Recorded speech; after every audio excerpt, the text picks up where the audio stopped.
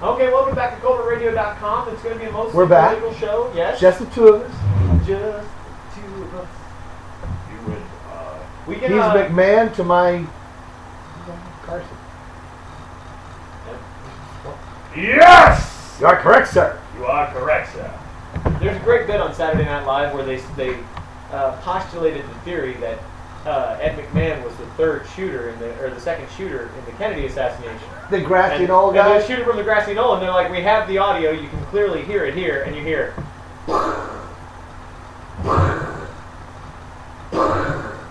yes! Yes!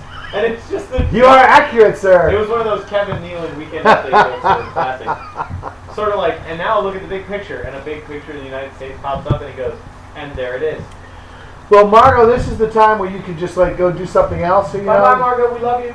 Go tip of the hat. Say hello to Mike for me.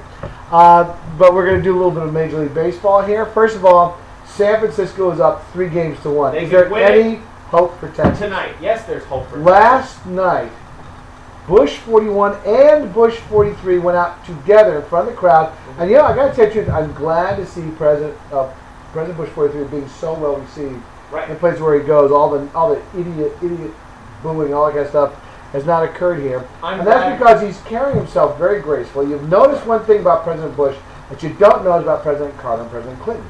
He doesn't badmouth a sitting president. He doesn't even do it in his book. No. He doesn't do that, and that in the past had been the tradition.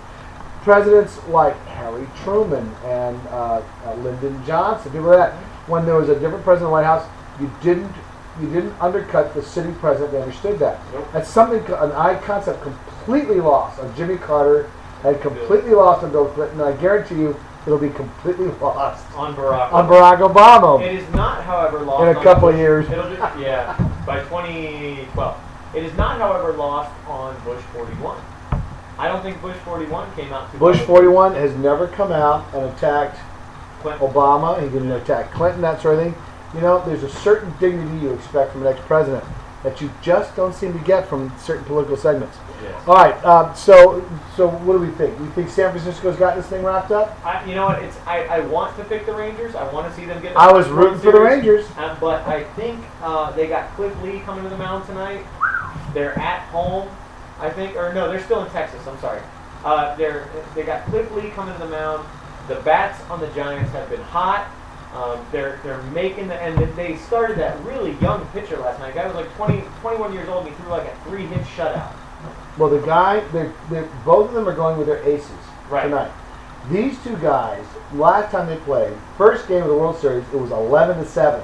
Yeah, those are their aces. So the hitters are not going to be coming up being intimidated by either one of these pitchers. No. I've seen your stuff. I can hit your stuff. That's right. So it reminds me of Greg Maddux when he was in Atlanta, he just mowed people down during the regular season. And there was no one better to put on the mound against anybody than Greg Maddux during the regular season. But hit the playoffs, forget it. Greg Maddux can't win it. Bring anybody. Bring somebody in for the bullpen. Just not Greg Maddux, because he would get hammered in the playoffs. I think one of the reasons I wanted Texas to win as well was Nolan Ryan. I've always felt Nolan Ryan was a class act. The Ryan Express. And man, a hell of a 27 years in the majors and 5,000 strikeouts. That was amazing. That's amazing. And that was never a World steroids. Series performance. Never Not even a performance. Never once made it. All right, so are we thinking? Are you Texas or San Francisco? We went with Texas. I'm going to continue to predict Texas, but Texas, their bats were red hot in the American League playoffs. Yeah. I mean, they were just slapping the living daylights out of all the pitching thrown at them. Yep. They run into San Francisco, and all of a sudden, it's like swinging a piece of ice out there. That's right. Whoever San Francisco's pitching coach is, he has Texas number dialed. The one person that Texas can look to as having been consistent and really producing for them is Josh Hamilton. Yeah, Josh Hamilton has been amazing. He's been amazing. Josh Hamilton played for the Charleston, was on the Charleston River Dogs team. Really? Years ago. Wow. He came up with, when they were part of the Tampa Bay organization, oh. that he was like a $10 million signing bonus baby and shot it all straight up his nose. Really? Oh, God, yeah. Josh Hamilton went absolutely berserk and ruined himself. But then his wife, who must be one hell of a good woman, pardon my French, Miss Hamilton. And she brought him around, and Josh Hamilton got himself a good dose of the Lord.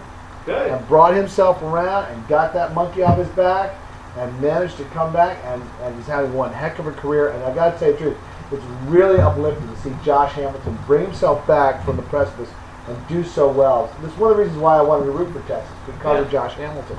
And he's been doing very well. But let's face it, San Francisco's kicking their ass. Yeah. I got to tell you, it's it'll be nice for the people in the Bay. We're going to stick with our prediction, Texas, but it's looking pretty grim, and they're playing tonight. It's going to be tough. Southeastern Conference NCAA football. There's some teams. Missouri is no longer undefeated. Michigan State is no longer undefeated. Missouri beat Nebraska. Missouri lost to Nebraska. Oh, I'm sorry. Yeah, Missouri lost to Nebraska. Guess who plays next weekend? I don't know. TCU undefeated against Utah. Oh, undefeated. number 8. Yeah. That is a game I want to see Utah win that one. Now here's another interesting thing. LSU is playing Bama next weekend, right? Right. Both teams, one loss, fighting for the SEC West. That's the 3:30 game. That is the 3:30 game. Wow. Guess who got the 7 o'clock primetime game? South Carolina. South Carolina, Arkansas. Yep. South Carolina holds its destiny in its own hands. Yep. Beat Arkansas, and then all they got to do is beat Florida. But they have But to beat even Florida if they in the lose to swamp. Arkansas, Yeah. if they lose to Arkansas, they'll still win the SEC East if they beat Florida. Right. So it all comes down to that game. Exactly. Beat Florida. Beat now, Florida if South in the Carolina beats swamp. Arkansas and Vandy should somehow manage to upset Florida, Right. well then, I don't know. But I mean, Florida that's it. the beating That would Florida, be it, wouldn't it? Losing to Florida doesn't matter because Florida would still have more losses. It would not. It wouldn't matter. That would be a If third only- loss, and Florida has 4. The Florida-South Carolina game only matters if the records end up tying out. Will Florida be looking past Vanderbilt to the South Carolina game? Absolutely. Absolutely. And Does that mean Vandy then sneaks in and gets a win? Vandy has a chance because their rush defense is actually somewhat decent. And Florida has South a Carolina running had back. a hell of a time with Vandy. Yep. So has a number of other teams. Well, it's not like Vandy hasn't played well at times. Vandy it's never easy in the SEC. It's There never easy. There is no easy day in the SEC.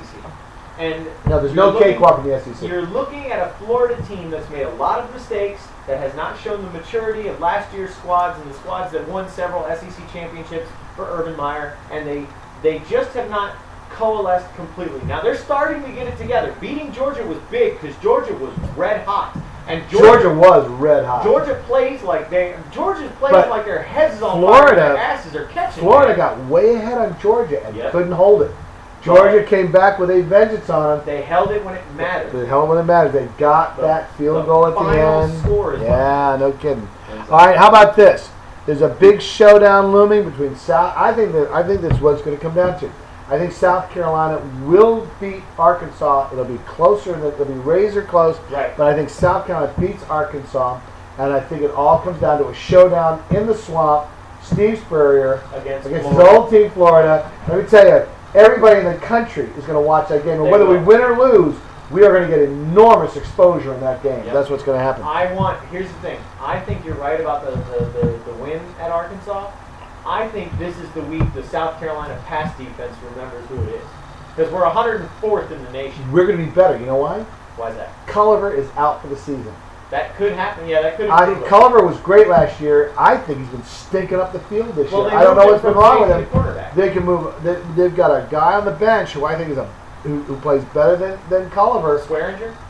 No, I can't think of the guy's name. But I think you can see maybe even move Auguste to Culliver's spot and bring somebody else in. Yep. South Carolina wants to. Let's face it, Arkansas wants to throw the ball. They Yes. want to throw the ball, and we have got the line now and the linebackers to stop the run. Right. It all depends upon our secondary. And If the secondary plays well, we beat Arkansas. and we got to pressure Ryan Mallow a lot. Get him out of his room. That's right. We're not even going to talk about the NFL tonight. That's Who where cares? our time is up on that. We'll be right back. That's it for sports. Margo, you can come back. Colbertradio.com. We'll We be love you, right back. Margo.